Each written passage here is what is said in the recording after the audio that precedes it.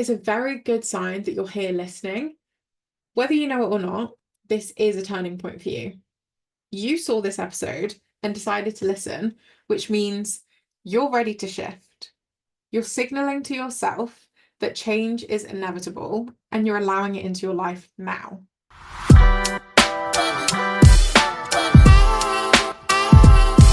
Hello, everyone, and welcome back to the Alex Film Thoughts podcast with me, your host, Alex. I am so happy you're here today, and I'm just going to get straight into the episode. So, you hit play on this episode because you wanted clarity on what you're going to do with your life and how to find out. You want a deeper understanding of yourself and how to get there. You know you need to take action, but right now you aren't sure what that action is, or you don't know what it is. You do know what it is, sorry, but you keep sabotaging yourself. Am I right? So it's a great job that you clicked on this episode because I want to help you get even 10% further to the moment when you gain that clear vision of where you're going next. So here's where you are right now. You're probably one of two people. Person one is a big time avoider. You don't want to do anything but stick your head in the sand and hope it gets better. You'll read a self-help book or watch a podcast episode that will make you feel like you're doing more than just avoiding the part where you have to make a decision or take action. So you know you're made for more, but your fears cripple you until you put your head firmly back in the sand. And person two is a go-getter. They probably sabotage themselves with distractions and procrastination. They invest in themselves more often than person one, but person two thinks one thing is going to come along and become the magic sauce that will launch you into success. So person two is going to have a lot of knowledge. They're going to have tried a few different business projects and ideas, but only have ever got to the launch stage and fell off after a few months. With this, you know you're made for more, but you won't meet your potential because it scares you. It's not that person one or person two is wrong or an anomaly or stuck forever. If you're resonating with either or both of these, it's a very good sign that you're here listening. Whether you know it or not, this is a turning point for you. You saw this episode and decided to listen, which means you're ready to shift. You're signaling to yourself that change is inevitable and you're allowing it into your life now. So I'm really proud of you for this first step.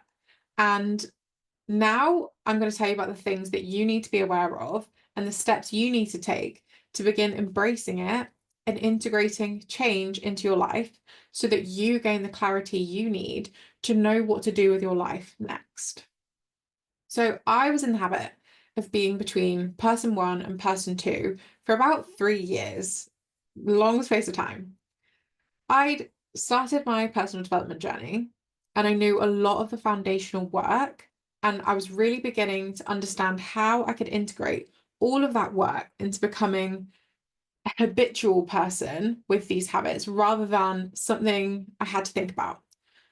So I had to break out of these two patterns, person one and person two, by breaking down my concept of self. So if you're not aware what a concept of self is, here's a really quick summary. When we talk about concept of self, we're talking about the way we think about something. It's the perceptions we have, the opinions we hold, the judgments we place against it. It's the way our brain structures thoughts around this thing. So when we talk about the concept of self, it's the perceptions we have, it's the opinions we hold, it's the judgment we place against ourselves. This can be about our values, it can be about the way we look, things we choose to believe, how we want to be perceived by others, how we want others to judge us, who we think we deserve to love, who we think our friends should be.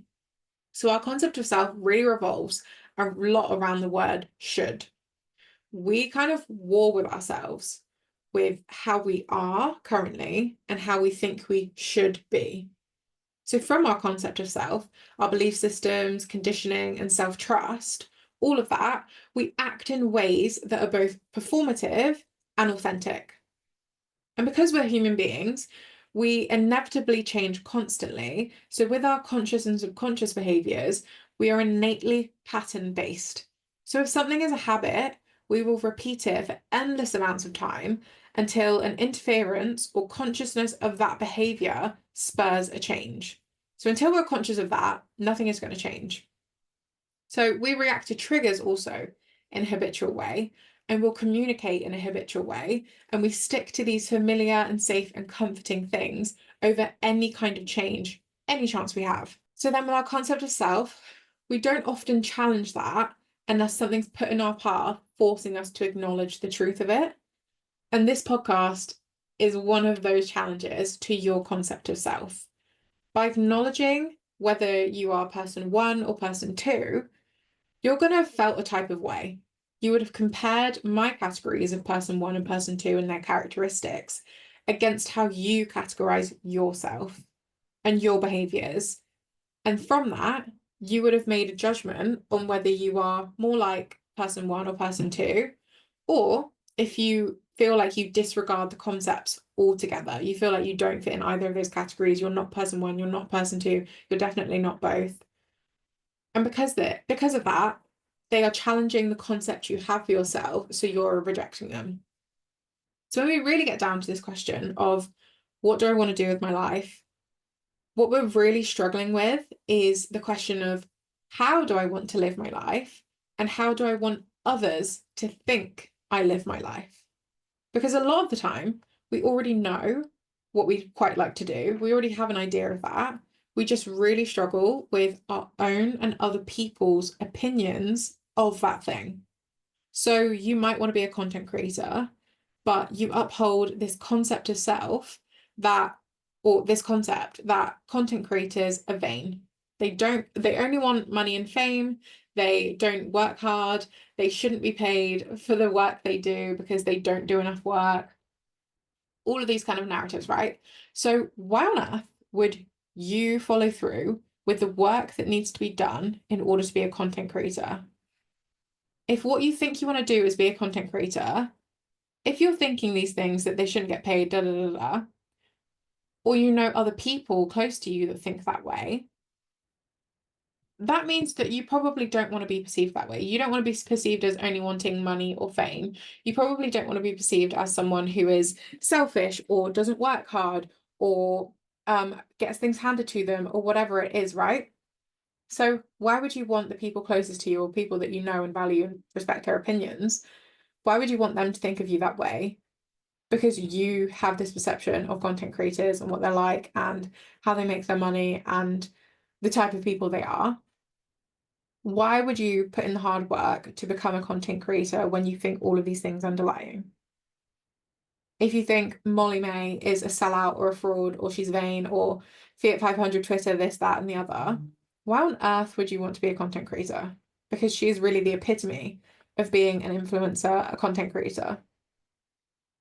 If you think footballers are whatever kind of insult you want to give them and they shouldn't be paid millions of pounds to do the job they do, why would you go to training every week? Why would you show up as you're meant to in order to get the thing that you want? So we can really take this content creator example because it's just an easy one. It's something that I do. We can take that example and expand it into whatever career or business or opportunity you want to have. So it could be a stay-at-home mum, an engineer, a fashion designer, a feminine woman, a finance bro, like whatever it is, I want you to explore how you have built a concept around this future, around this job, around this career, around this opportunity. Is it a money issue? Is it a popularity thing? Is it an embarrassment thing? You're embarrassed to have that. Is it an ability thing? You don't think you've got enough skills, whatever. So what is it you're telling yourself you can't have or you can't be surrounding this idea of the future you want for yourself? Is it that you can't possibly be a stay-at-home mum because you haven't found a partner yet? Is it that you can't be a fashion designer because you don't have the skills or the education needed or the connections or whatever? Is it that you can't be a content creator because you don't want people to think you're vain or that you're embarrassing because you're posting your videos online? What is it that you're telling yourself you can't have or you can't be surrounding this future idea of yourself. We are really biased. Sorry, we are really blind to our own biases with ourselves until a direct reflection of our behaviors triggers or activates us. And then we notice it in ourselves. So it can be that you have been shitting on other people that are living the life that you say you want, that you say is your dream life. It may be that you resent them or you make fun of them. And from that, what you're really telling yourself is that you can't have it or you don't deserve it. Now, why would you put all your energy, all your resources, all your time into something you don't think you can have, or something you think you don't deserve, or that you shit on other people for having that? You just wouldn't. You wouldn't put your time and your energy and everything into that. It's the biggest contradiction ever when you say you want something, but you're shitting on other people for having it, or you think you don't deserve it, or you're telling yourself you can't do or be it. So why would your brain tell you to be motivated by the idea of being a content creator or a designer or a stay-at-home mum? Because you've made that idea undesirable. You've made it unsafe with your concept of self around it and the concept that you think would be upheld if you were doing it. So with all of this, let's do some action points because I love to give you something to work on within an episode. So here's what you're going to do over the next week. You're going to vision board, you're going to plan, you're going to research, and you're going to get as much information as possible on the top 3 things that you want to do or that you think you might want to do with your life and your career. So I'm talking about you need to be able to tell anyone who asks exactly what that life entails, how much time they get to do fun things, how much they travel, how much they are paid, what the job progression opportunities are, what skills they need to have, who they spend their time with, what their intimate relationships might be like. This is going to immediately tell you basically if you want to live this life. If this is a life you really wouldn't mind living, if this is a life you'd hate, if this is a life that really aligns with you and your values and things you say you want to do with your life. All of this, answering these questions, planning, vision boarding, for all these 3 options, it's going to be able to tell you immediately, yes, I would quite like this life. No, I wouldn't. This isn't for me.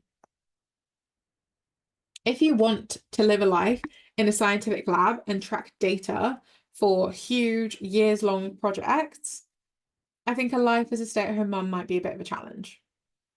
If you want to work in early years education, becoming a Marine might be a bit of a contradiction to that. If after this you still say you don't know what you want to do with the rest of your life, then you simply don't have enough information yet. You haven't done enough research, you haven't planned enough, you haven't thought this through clearly. You need to keep digging, essentially, and keep exposing the thoughts that you're harboring around the ideas that come up. So what thoughts are you harboring around being a content creator? What thoughts are you harboring around being a stay-at-home mum? What thoughts are you harboring around becoming a Marine? Keep digging into those, expose the thoughts you're having around them, become really clear with yourself on what it is about those lives that you detest or you really like, or the things that you wouldn't mind doing. Because obviously in any life there's going to be shit bits. If you're a celebrity, you have to deal with no privacy for the rest of your life. If you are an actor, you have to deal with being away from your family pretty much 24/7. If you are a nurse, you have to deal with night shifts and shift patterns. If you are a coffee shop person, you have to deal with high staff turnover and probably sometimes shit co-workers. Like there is an upside and a downside to everything, and you need to become really clear on what the downsides are and whether you're willing to live with them, what the upsides are and whether you're willing to have those, what you think you are challenged by or you think you could really deal with. You need to become so clear on what this life entails that you say you want, that if anyone questions you over your decision, you know with full clarity that this is something that you are willing to put up with, something you are excited to experience, like all of it. So like if you're feeling icky about the idea of becoming a YouTuber, Is it the concept that you have around it, around being a YouTuber, or is it the life that you truly aren't interested in? If you're not interested in being in front of a camera and making videos and editing yourself and listening to yourself talk and publishing to the internet to have people's opinions responding to you, if that's not a life you're interested in at all, then no, of course, being a YouTuber is immediately off the list. But is it actually that you would love to film yourself? You'd love to edit. You'd love to have conversations and build community online. You would love to get invited to brand events and da da da da da. And actually, it's a concept of self you have that it feels embarrassing to post yourself online. It feels cringe to have to have people's opinions posted on you about you online. You're scared of what people will say about the videos you create. You're worried that you don't have enough skills. Like, that is very different. That is a concept you have around the idea of being a YouTuber, not the fact that you are disinterested in the life it brings. So note down what elements of the life you do like, what those elements are, and note down what elements of this life that you don't like. So being a YouTuber is icky to you. What are the elements you don't like? What are the elements you do like? And then take those elements and keep it moving. You know that part of being a YouTuber is filming yourself. Well, actually, I'd quite like to film myself, but instead of filming myself to post myself on YouTube, I'd actually like to film educational videos and create a course. Okay, perfect. Do that. Now you can find something that integrates that element and move towards that. So you begin to really know by following through these steps exactly what direction you want to head in. If you know that you want to travel a lot, you're going to need a job that travels. If you know you want to have time to stay at home with your babies, you know you need a part-time or a flexible role that you can work remotely, whatever. If you don't know the actual life you want to lead yet by answering these questions, you need to continue this task with enough determination and curiosity to get there. Your commitment to finding out the answer to this question, I don't know what I want to do with my life, was a commitment you made to yourself when you clicked on this podcast episode. Whether you realized it or not, you've made a commitment to yourself to find out the answer, because by clicking on this podcast, you're hoping I have one. And although I think I have an answer that allows you to get there, no, I don't have an answer immediately that tells you what you want to do with your life. So I want you to remember this commitment to yourself, that you clicked on this podcast episode because you want to know the answer. Remember that when this episode is over, and I'm not here coaching you step by step in real time how to do it, you need to remember that the life that you desire, the answers you need in order to get there, that is all on the other side of curiosity and a willingness to do the work to find the answers and deal with those consequences of those answers, regardless of how they come, regardless of whether you need to put boundaries in place, whether you need to cut off things, whether you need to start things up, you need to work a little bit harder, you need to work a little bit less. Regardless of the consequences that come from these answers, you need to push forward with your curiosity and your willingness to find them out. Because staying stagnant in this area of, I don't know what to do with my life, I don't know what to do next, I don't know what's this, that, or the other, you're just putting it off and stretching out the amount of time that you feel uncertain and spiraling, essentially. Because all of this will lead you to a place where you feel really out of really out of alignment with yourself. You don't feel like you're fulfilling a purpose. You are heading in a direction where your mental health is beginning to decline because you just feel like you're floating in this state of, I don't know. And that's not fun for anyone. And I don't want you to experience that. So if you have found this episode helpful and you feel like you are at least 10% closer to working out what it is you want to do with your life, then please drop a comment. I think on Spotify we have like a question and answer box. You can drop a comment there. If you're watching this on YouTube, please drop a comment. Say what it's helped you with, what your biggest kind of light bulb on moment was. And if it's not helped you, please let me know as well what you would like to hear that might help you, that might give you some answers, because I'm sure I have a thought or two about it. But really, I am just proud of you for clicking on this and making a commitment to yourself that you're going to find out the answer. Take that and run with it, you will find the answer if you continue with your curiosity. So I love you and I hope you have an amazing day. As always, if you need me, you want to talk this through further, either on a discovery call for more coaching, or you just want to chat in the DMs, then all of my socials are below. You can find the discovery call form on my website. If not, just DM me and I will send it over directly to your inbox. And yeah, I love you. I hope you have a great day. I will see you in the next episode of the Alex Beyond Thoughts podcast. Bye, guys.